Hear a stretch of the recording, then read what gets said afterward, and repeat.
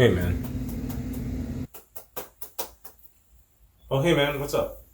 Do you do you remember this?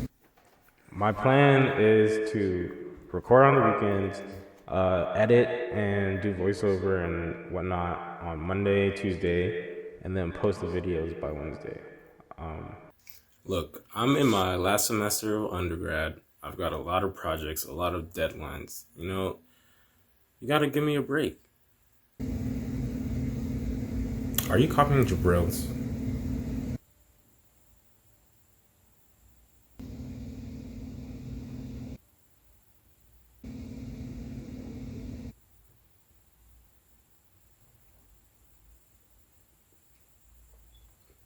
But for real, depression is real, especially with a global pandemic going on, trapping us inside.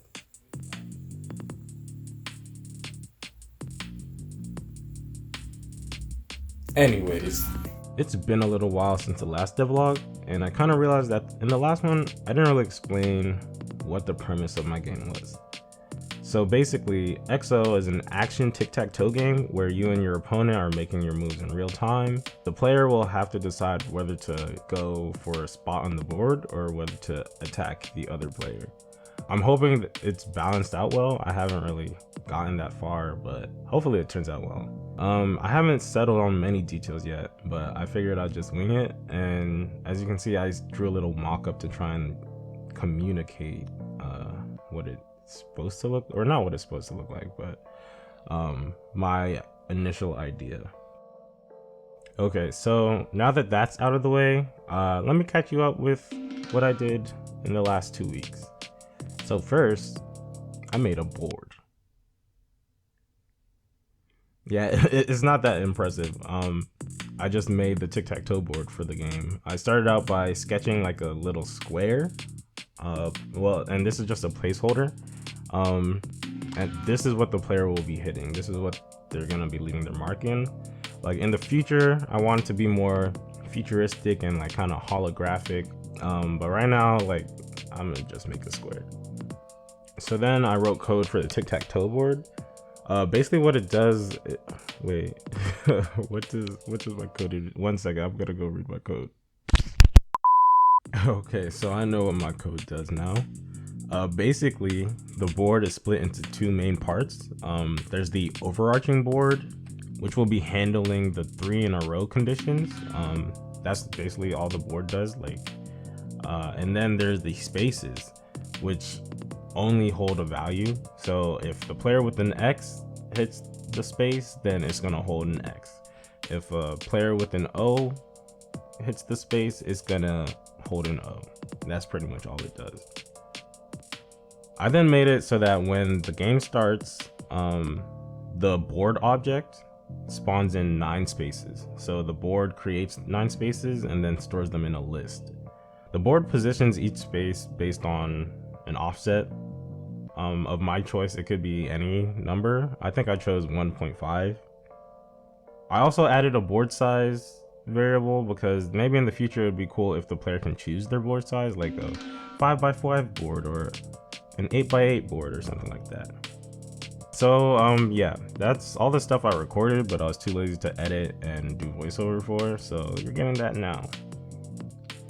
If you're like me, you've probably been in like a bunch of Zoom calls, a bunch of Cisco WebEx calls, a bunch of Google Hangouts. So I've kind of been using that time to work on character design. So this past weekend, I really wanted to start drawing the main character of this game.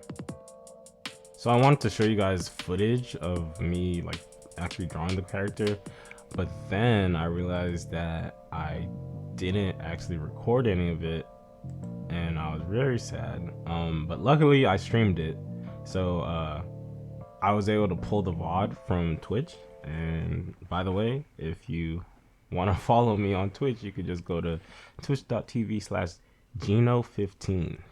That's JENEO 15. I don't know why I'm doing that like it's some kind of like TV commercial. I started with kind of just like a rough sketch of the character. Normally I start with just one color, which kind of helps me figure out like the blocking and the pose. Like I'm not a professional artist, but I feel like that's what I'm supposed to do. After that, I added a few more details just to get a vague sense of what his in-game sprite might look like. So like his jacket, his hoodie, and stuff like that. You might notice that I switched the colors from his cap and his jacket. That's because a red cap is way too close to certain political imagery for my liking. From there, I made a cleaner version, which will like be the basis of his idle animation. I couldn't decide whether I wanted to keep this little pointy part of his hood or not, but generally I like all my characters to have like some kind of unique feature on or around their head. Everything here is still a work in progress and is likely to change down the line, but I felt like it was a good start, and the only thing left to do was to put it in game.